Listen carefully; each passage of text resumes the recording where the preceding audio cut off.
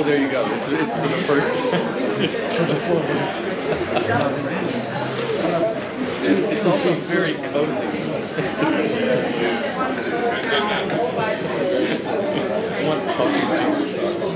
All right. Did some toe touches. Everybody ready? Yeah. I think so. Thank you all for coming. Appreciate y'all being here. This is the Splice Poetry Series. We very much appreciate your attendance. And yeah, tonight we have two excellent poets. We have Splice's own Sean F. Munro. Yes, indeed. And then, following it up, we got Dylan Krieger. So I think it's going to be an all right night. So it is my pleasure to introduce Sean. I'd like to open with a paragraph from Christopher Bays of the Yale School of Drama entitled "The Speed of Fun." All right. I define the speed of fun as faster than your worry and louder than your critic.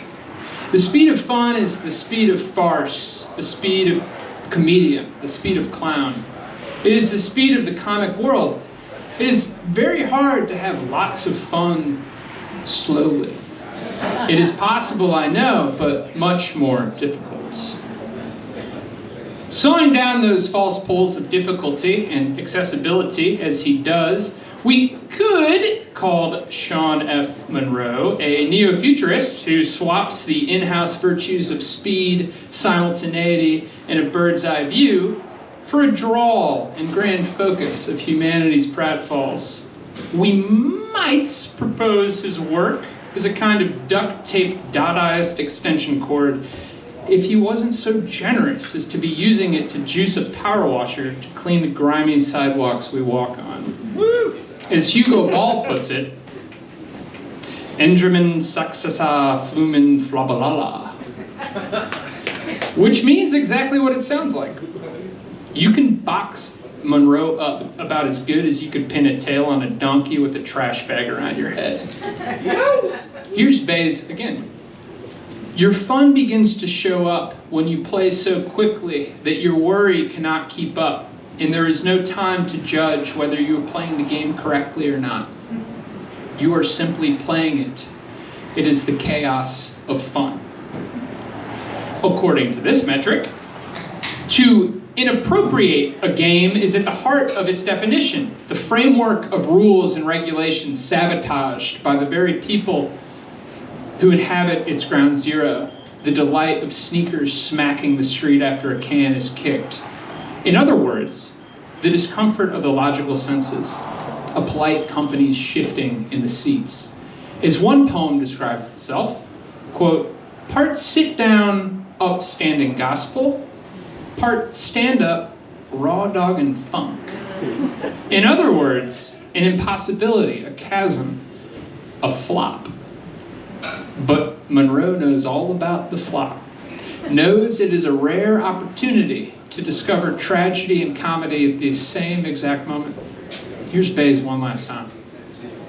It is important to note that the speed of fun is just one notch below the speed of panic.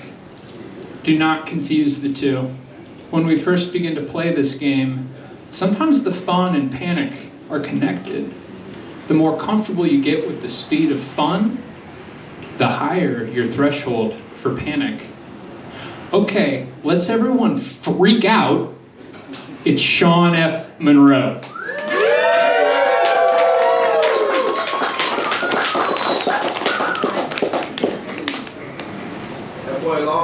Oh, thank y'all for coming tonight. We've got a 3-course meal for you, a little poetry meal. A little entree in the middle, it's gonna be longer. This appetizer is going to be tight and tasty, and the end is going to be up on this big screen up here. So let's get right to it. On eating ass. First off, why even do this? I kind of get it. It's super popular. All the freshies do it, but why does eating ass matter? Is there a society section in the New York Times that covers ass eating? If one wants a partner, must one demonstrate a clear and current record of eating ass? I digress.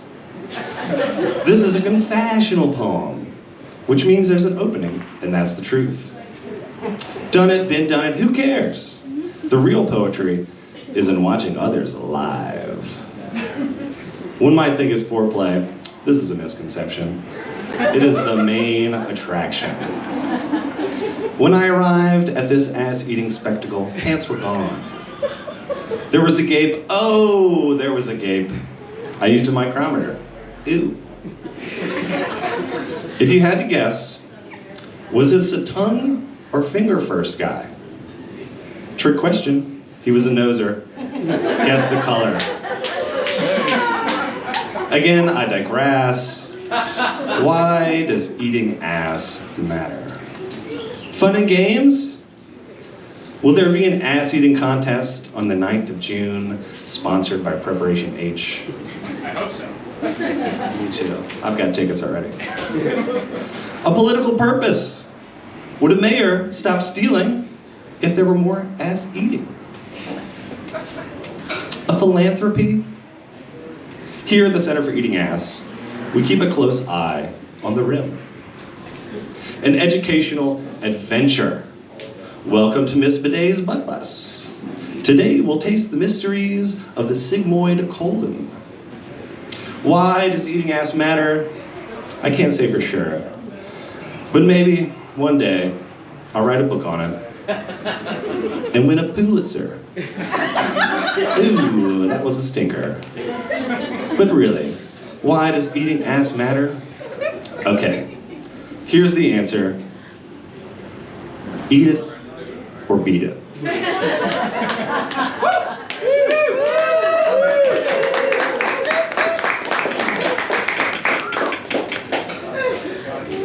Wash that ass out of my mouth. Slang and telecky, or slang and telecky.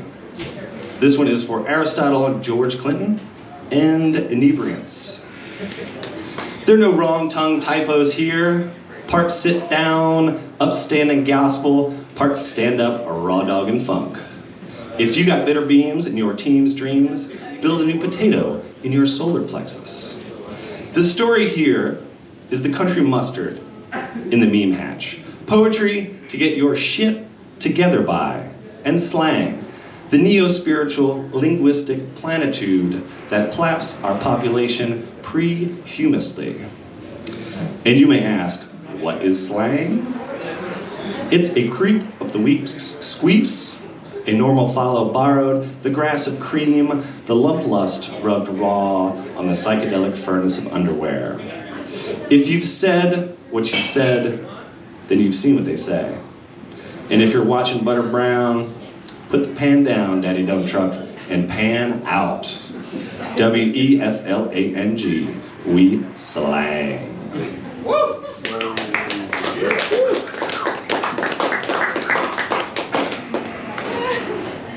Non-profit macrophonics. Bye! Poetry to attain your career. Bye! Poetry to realize your ego. Bye! Poetry to pick up a lover. Bye! Poetry to gain your student loan debt. Bye! Poetics to get your shit together. Hi. Slang can't say it again. For those phono-fried, out-electable meta-poeticians, slang will never forgive the mystical lobotomotives we have been sad-handed.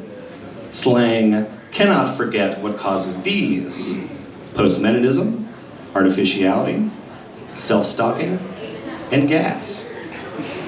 Say doo-doo. Say it. Doo-doo! Double dare you.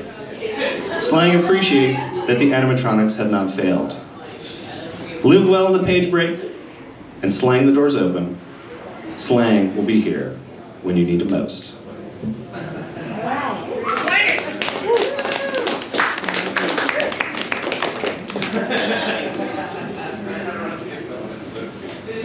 A little cottonmouth shouldn't have eaten so much ass earlier. Future memes. This one has a little epigraph. I guess you guys aren't ready for that yet, but your kids are gonna love it. Marty McFly from Back to the Future. You ever start a car and feel like you're bone fucking a dinosaur? Me neither. Do you put the is in penis or in the word popsicle and listening? Why you shitting fan blades, koala clatch? There is cheese heat in your cheese heart, Susie Metabang. How about these knees, pussy batty? Those nips are gibberish. That seagull is the belief queef. Use an eyebrow like a white cow, Mr. Now Now. The Lord does not mention your asshole's an eardrum, and Satan doesn't either, my right thigh. This bully's near a damn nibble nightmare. Grab your gruntabulons and geek out, Dreamer. Wipe the hat rack. Brappy. We got a biscuit and 2 barrels. Where we scuppin'? Put some grease on that biscuit, scupper daddy. I'll give that metaphor a broken nose if you stick your finger in my sandwich. This one goes out to you, Henry. Even if you've been butt chugging Hummer sauce, the man-made ain't gonna come for your yum-yum. That jean shirt is mean and messy as a frog in a toaster. Oh, they got a tiny little backpack. This here soil's so rich, it can impress you. I'm not a hero or a poor boy, but I can eat. Who's got a deep fryer? We're starting to bake.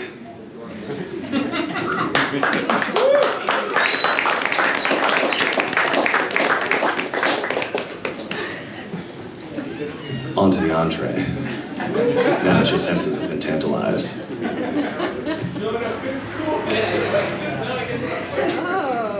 Ooh.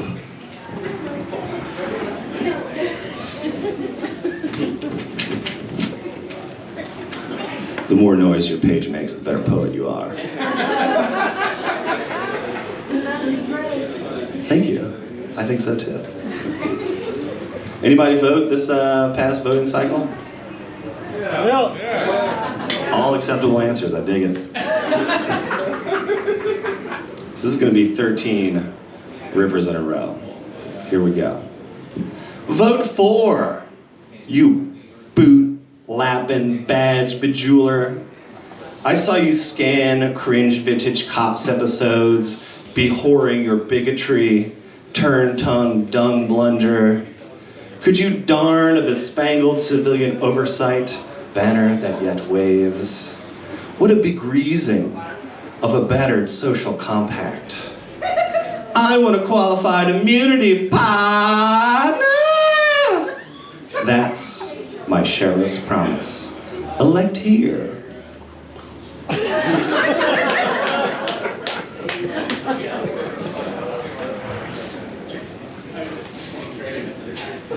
Vote against, you swimmy warm salt snack. I saw you pay it forward for a family's fast food on party aspartame, diet do-gooder. Can you visualize eating slow food at 90 miles per hour? What a junk job of a food desert frugality. I don't want to buy your school lunches, man. That's my gubernatorial promise. Vote here.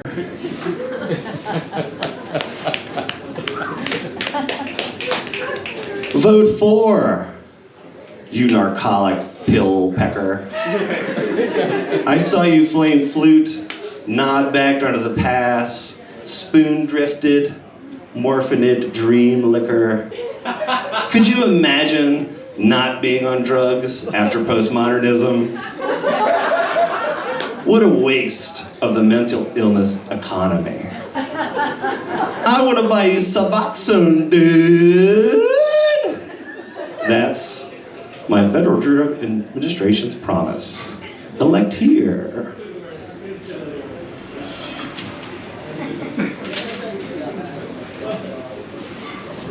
Vote against. You polluted, skewbald, petrohound.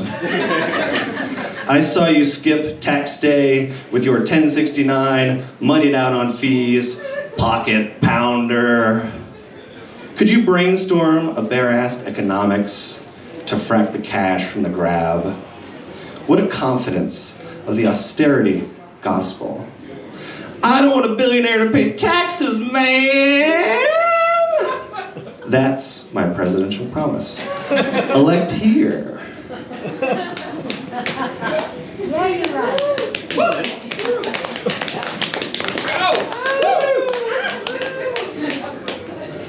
Vote for. You skullduggerous apocalyptian. I saw you skyward, shitting skin in a vault toilet, jagged from baked beans, bunker baddie. Could you fantasize who is better safe than sorry? Babes or babies? What a de-angular debacle of Western endurism dogma. I want to topple all the systems, bruh. That's my prepper's promise. Elect here.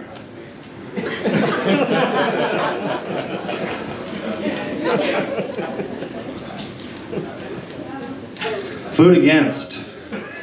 You huckabuck, cup of cold water. I saw you downstream, spawning a dam, flouted on electro-salts. Water, baby. Could you harbor that Cripple Creek on a captive market? What a tomb on the water branch, Scribonomy. I don't want to buy you a glass bottle. Thirsty! That's my global national promise. Elect here.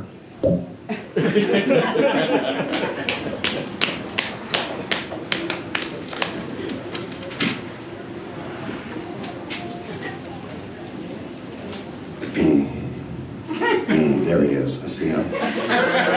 Coming for you, Joe. Vote for. You loitamong, sandbagging cum farmer. I saw you on the streetcar, beating your meat, scuffed up on dopamines, you jack junkie. Could you picture a plump jizz rope articulated into data points? What a wrist wrench in the deoxyribonefarious dick dossier. I want to sell your cum data, dog. That's my data broker promise. Elect here.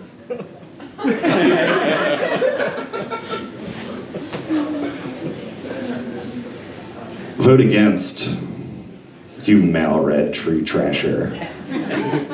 I saw you at the burning, spine broke and dog-eared, riddled with paper cuts, grift groomer. Could you cook up reading more than one book a decade to your brain-broiled children?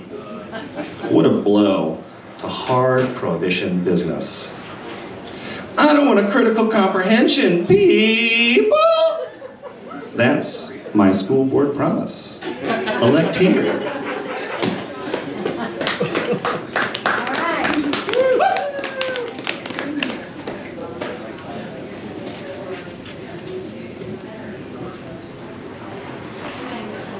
Vote for. You lip chippy cherry superstar. I saw you volunteer to pick at the clinic, joyed up on memes. Lord Almighty. Could you envision not being for others after he has risen? What a conservation of uber Christian benevolence. I want to make abortion illegal, man. That's my judicial promise. Elect here.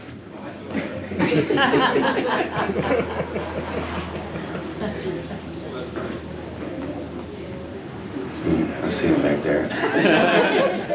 You got enough cord, maybe. Vote against. You jive job jiving wage waster.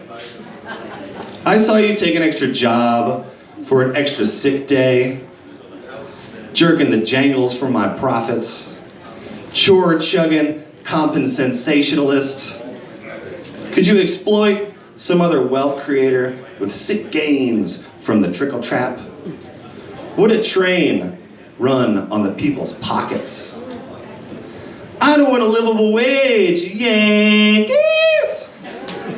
That's my Pinkerton promise. Elect here.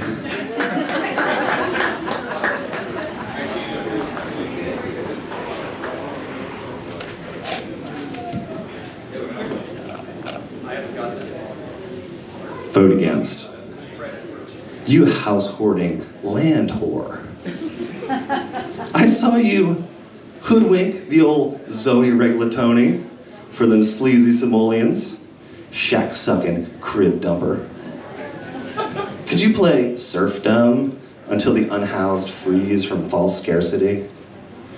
What a tenant turfing of this generation's birth ranks. I don't want a mixed-use zoning, renter! That's my Airbnb and Sonder promise. Elect here.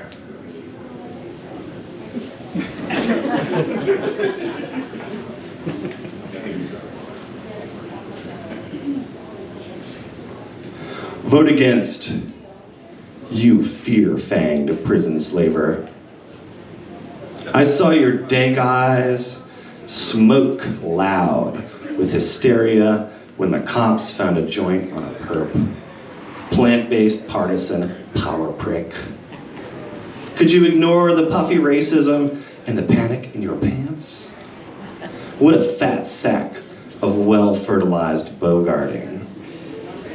I don't want marijuana to be legal, airhead! That's my Schedule 1 promise. Elect here.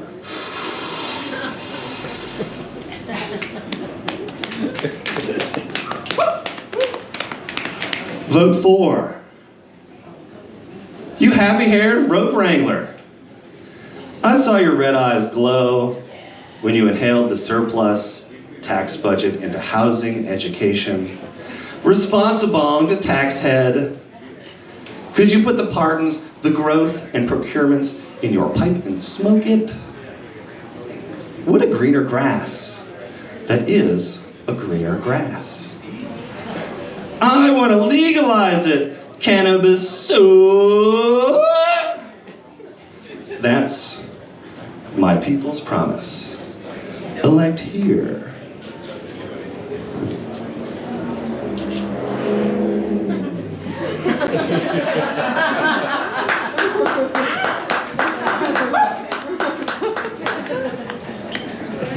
Hit it, Henry.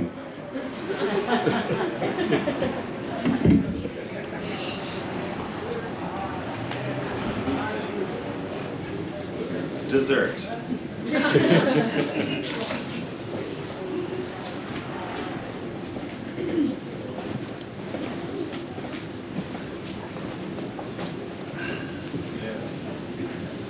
And we, eternally young in American, we lotioned maitre parkons of marmalade and gunpowder, goose gander from its goneness, grab groin on this spout of reality. Mansplainsterbaters hammer up to not come down. They sow sass across the they seams of we too. Abort, rusty chicken bean brio, over easy. The hammer's gone coop, hacker babies. Earn me $1 trillion crypto dollars.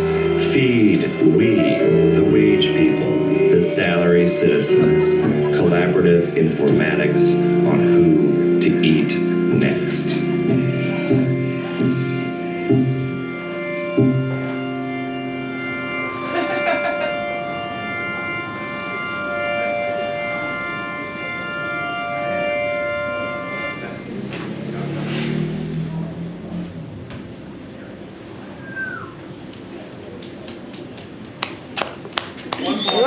This poem makes all my holes haunt. Therefore, I would like everyone to stand up, point their butts at their neighbor. It is time to shake the dust for poetry.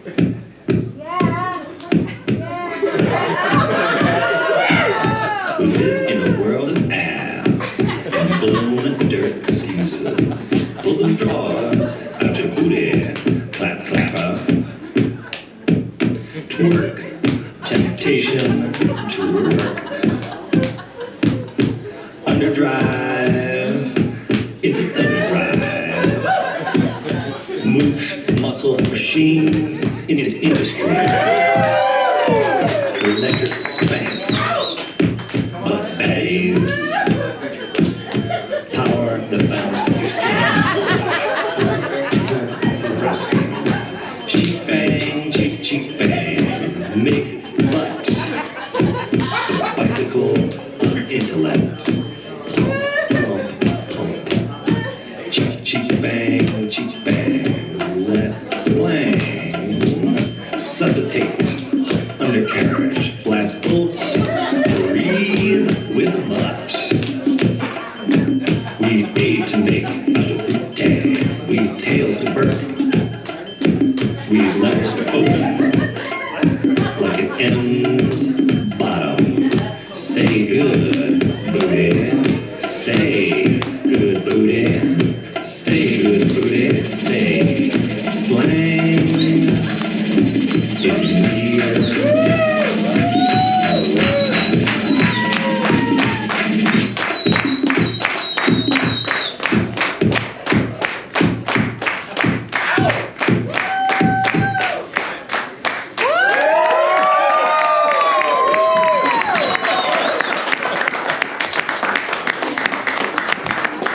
Thank you all so much for coming tonight. It's erotic, breath of sweat on the inside and the outside. Poetry.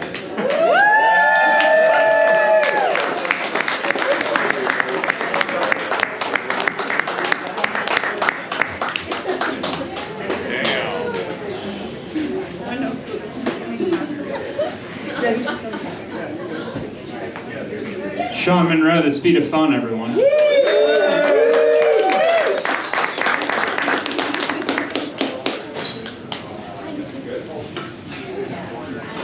It's suddenly so dark. There we go. There's a phone.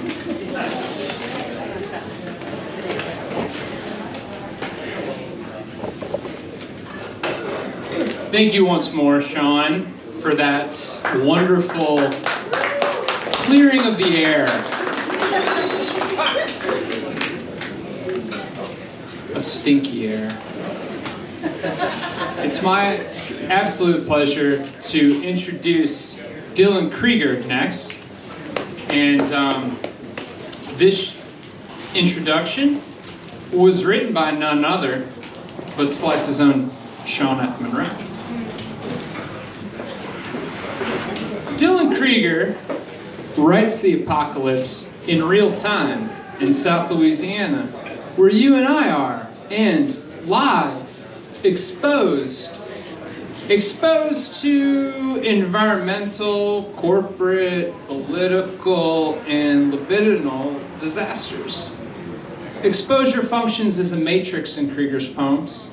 Those giant needling abstractions reach out and slap you in these poems. They slap to awaken, to degrade, to calibrate and sustain, to pleasure and to agitate. When these poems strike, turn your cheek, receive it. She's managing editor of the literary and visual arts journal Fine Print, which many of you have seen drifting around bookstores and poetry readings. It's a jamming lit mag that will not bore you. Check it out at fineprinter.com. Fineprintpaper.com.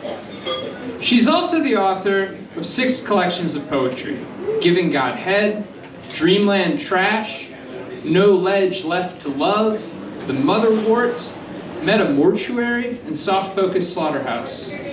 One could deduce from these titles, moreover, the opus of poems that comprise them, that poetry need not be tender, meek, or sensibly passive to cultural fashions.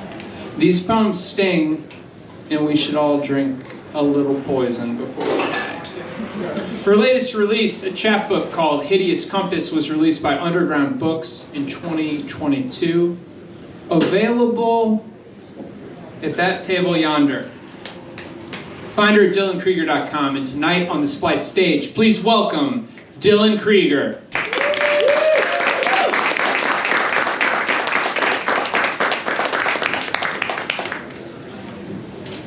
don't know how I can follow that up. This is not organized by a 3-course meal. It's not organized at all.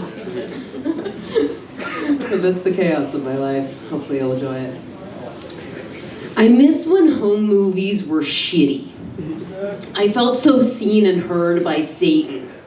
Those wavy lines that would keep moving even when it was paused. The trick of using a butter knife to wind the tape back up. Why is it so unbelievable to have witnessed the end of era after era like a vampire? To see a pileated woodpecker next to a prison in Michigan and think, without pictures, history is meaningless. No one will know I was here. Basic bitch of bird watching without binoculars. Just inches from the rumble strip. Dumb luck, happy accident. Another moment whose poignance feels more like a morbid joke I don't get yet because I'm not quite dead enough. But just you wait.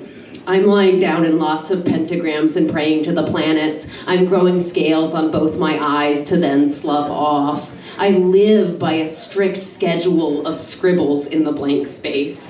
I kiss the TV and the static stings my tongue.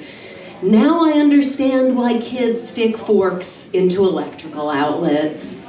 To meddle in the source of magic. To meet the beast behind the hum.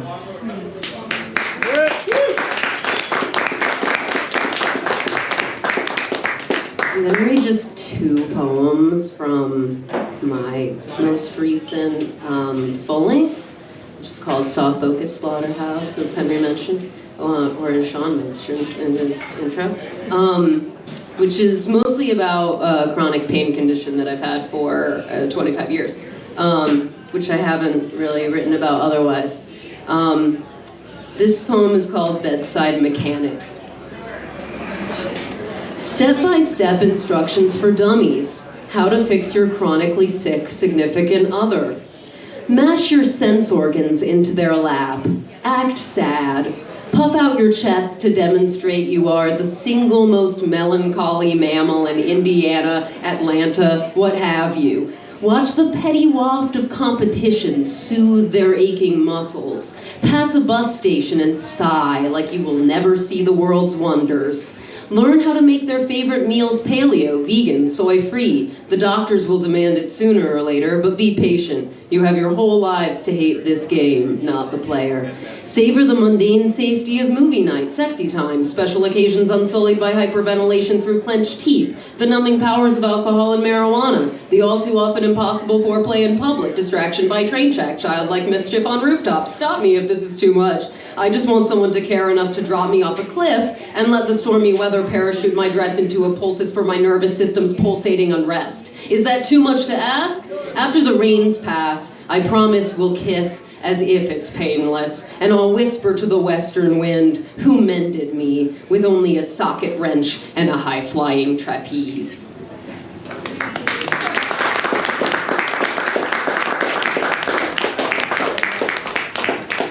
All right, this is my Louisiana poem that I feel like I've been reading for a long time, but it finally got published in a book, so here it is. Drink yourself into the mood. Some days Louisiana is my soulmate just by selling me the right cognac and smiling at my shaky face melt. No judgment from the river or curbside buskers in the quarter. Every morning a hungover heron fishes toxic prey from the lake like it's mocking me for drowning my neuralgia in a watered-down to-go cup my libido needs to function. No offense to anyone's seduction game. My body is only able to accommodate one headstrong throb at a time. the suicidal or the sexy kind, pleasure survival or the death drive. But somehow, when you choke me tight enough, my fright combines them, full-on phobia fetishists, and we laugh late into the night at the flimsiness of intracellular life, admire our respective viruses for shouldering the next extinction-triggered takeover. Maybe they never saw us coming, but we did, over and over, the arm of the sofa, a poorly upholstered token of affection for happy hour drink specials, and the bareback danger of your roommate getting home any minute. I'll miss that black bayou inside you, but by the dawn, the awful birds returning will remind my jaw to jumpstart its hurting, and everything will trickle back to normal between the gulf and my outpouring of murky mass-produced daiquiris, between the secrecy of my disease and everyone I wish would touch me at the shoreline, deep in the duckweed, where I can't scream.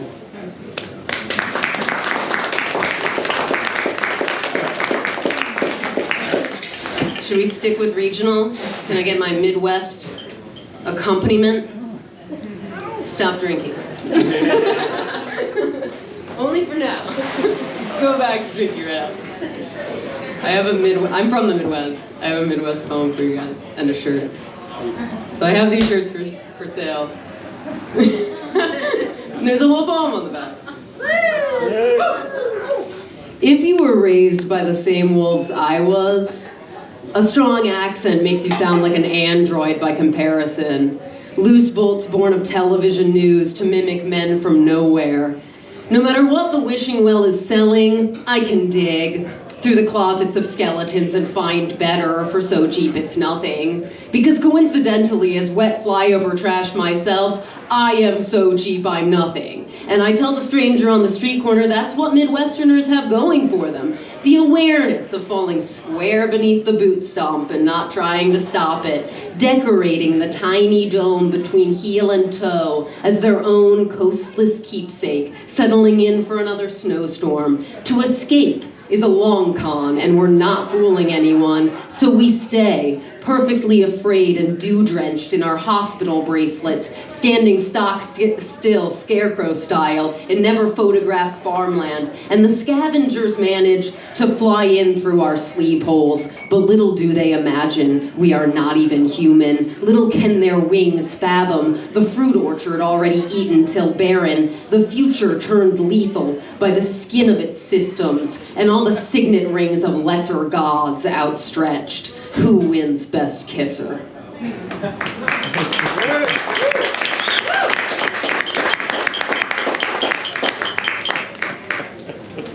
I'm gonna also just read a couple poems from my new chapbook.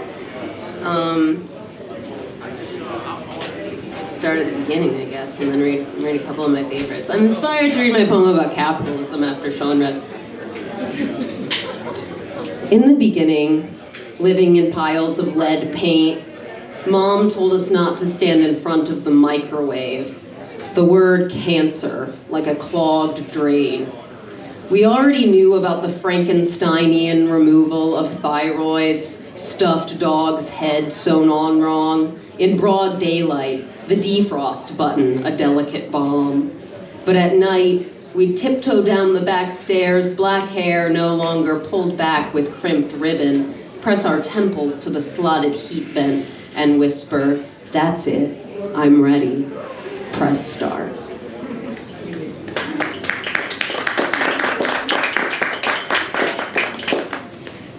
All right, I'll read my capitalist mantra. Capitalist mantra. Deep down in my utmost escrow, overstuffed loan shark, I know. If I bootstrap loud enough, leave the tags all attached, magic the tax away under the table, kick my own ass, lasso an old money hubby, metal detect enough prosthetic limbs of armies.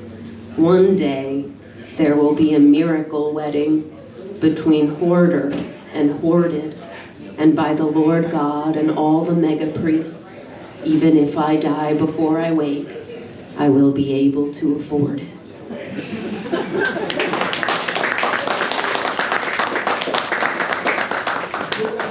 On to new poems. Okay, cool. Now we're here.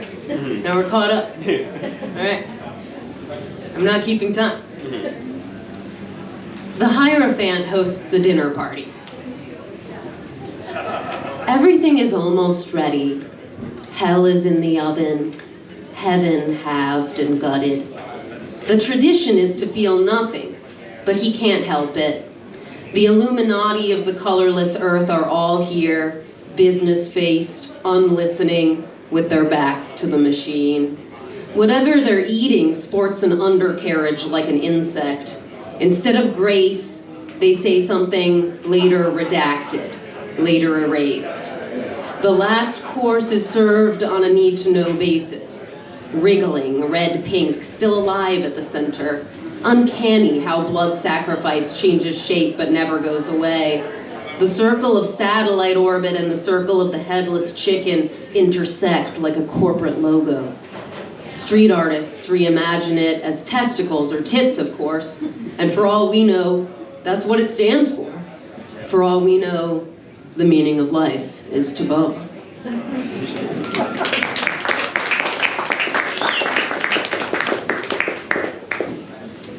Between commercials. Toss me a beer from the near future. Tie the loose strings of your bathing suit to mine. Describe sex as a vector determining the positions of relative parasites. Tell me again how heartbreak is like being high all the time on a drug you hate. Tell me the forest can't quit smoking, that there were never stars where you grew up, but 30 minutes outside every mid-country city, there they are in some church parking lot with your headlights off, silence except for soft stereo music and coyotes you mistake for ghosts. No one mentions the divorce, but that doesn't stop outer space from rewiring itself while we're asleep, which requires wind to howl incessantly through sterile air filters. And in the morning, the house feels like a funeral for someone you never met, or the night after your best friend's dad left for cigarettes. God lives between commercials, for the brief moment of dead air that lingers in the ear after it's over. Signature silence, his greatest hit. Talk over it, raid the fridge, pierce my skin in a pinch.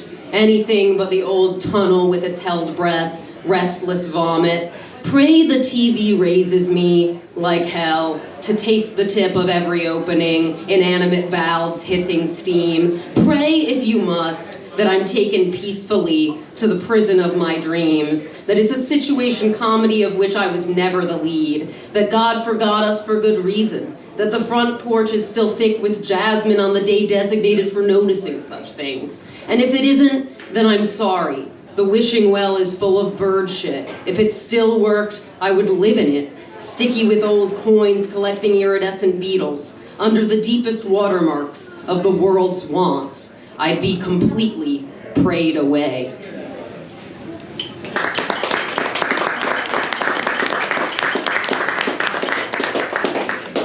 All right, a few more.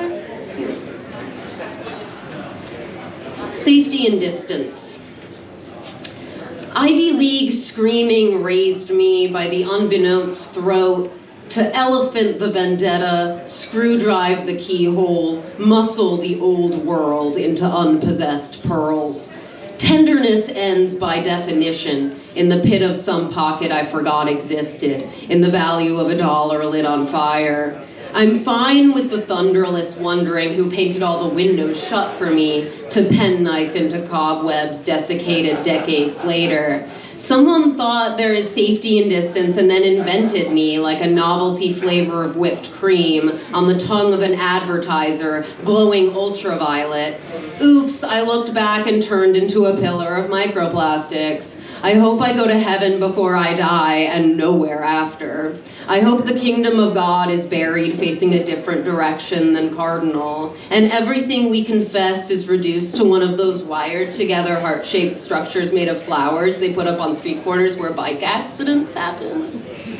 I could make one myself with dandelions in a coat hanger and place it somewhere no one cares about, like in the middle of my living room or the Yukon. I recognize myself in that milky stuff that comes out of a dandelion stem when it's angry. Surprise party for the taste of a gun. I blow out my candles like a teasing little snitch. Wishes flinch when I walk by, like they can't fathom why I came. We don't talk about the time I kicked the heart into new shapes. We don't whisper bare minimums in the shadow of the crushed funeral sculpture at golden hour. We don't hold up matching drinks and make them kiss. We don't do any of this because the heart is made up. I haven't constructed it yet. But when I do, it will be monstrous. The world will claymation for miles around. I'll get the license plates of all my enemies. Crash the market, blackmail the government. I'll build the monument just to destroy it, like the rightful parent of last days.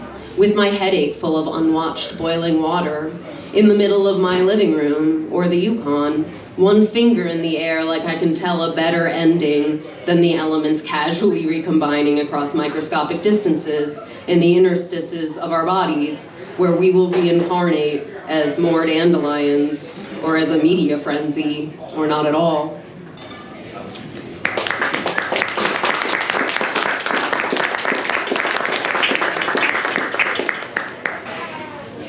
Alright. Yeah, let's do two more. Let's do two more and then we're done. Thank you for being such a good audience, guys. This was fun. Retirement underwater. After I retire, I'll find midnight and unfold it until all the loose buttons fall out. I'll pry back the past lives of mice from steel traps, light my cigarette on a terrorist attack. I'll scatter the ashes of newly minted money from a hot air balloon over the Atlantic, and a rare breed of sea beast will breach the surface to eat it. I will pretend that I can swim so fast the beaches can't keep up with me, that my remote position mid-ocean is the only reason you can't see me, except in dreams we blame on bad weed, photos our phones slideshow automatically on the anniversary of any memory. I'd like to retire from the reminder that the pig's head once spoke back to me and now it won't. That the joke I still tell over drinks is one you wrote off the cuff on some road trip we don't discuss. I'll sip frozen liquor from a halved grenade with my tits out after I retire. Dream over, too hot sun dropped and spilled milk. No use crying underwater, but I'll do it anyway with no oxygen tank. I'll dive down into the surf and come back cured of feelings, singing strange. Chipped shells everywhere, echoing my choke-ups in their tails. I will turn into the pig's head and speak back to myself in no language you would understand. I'll tell your joke in new tongues until I don't recognize you in it, and then I'll retire even that. I'll look up at long last to no land on the horizon. I'll spread my chapped lips like an atlas, and it will be my turn to laugh.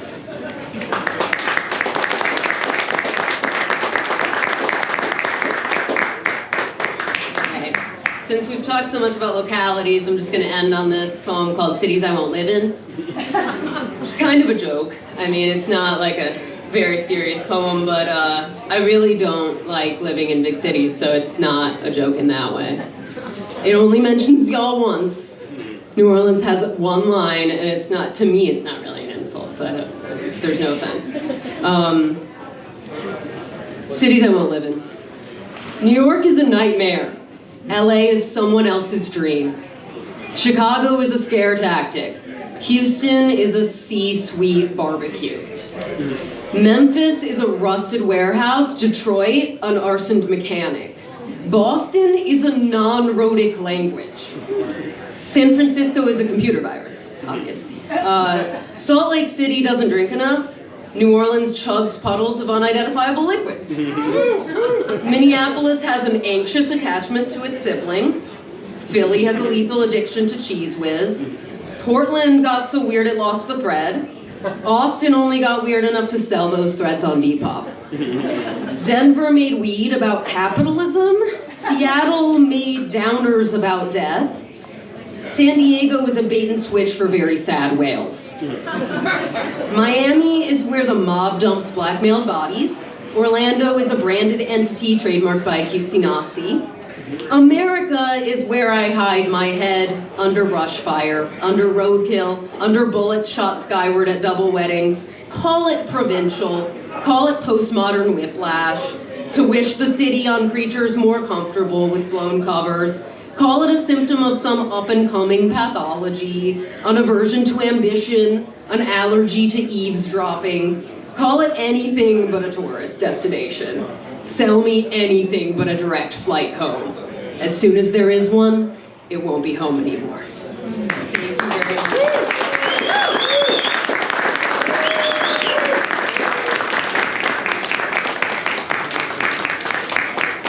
Keep it going for Dylan Krieger, y'all. And keep it going for Sean. Woo! So,